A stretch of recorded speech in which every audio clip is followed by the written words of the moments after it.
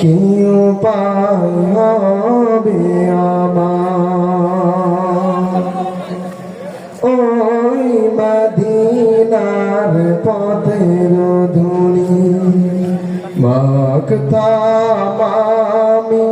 পেলে সুরমা বলি ওই মদিনার পথের ধুলি মাখতাম আমি পেলে সুরমা বলি ফিরে পেতে নয়নে নূরের আধার রেখে নাও রওজা তোমার রাসূলুল্লাহ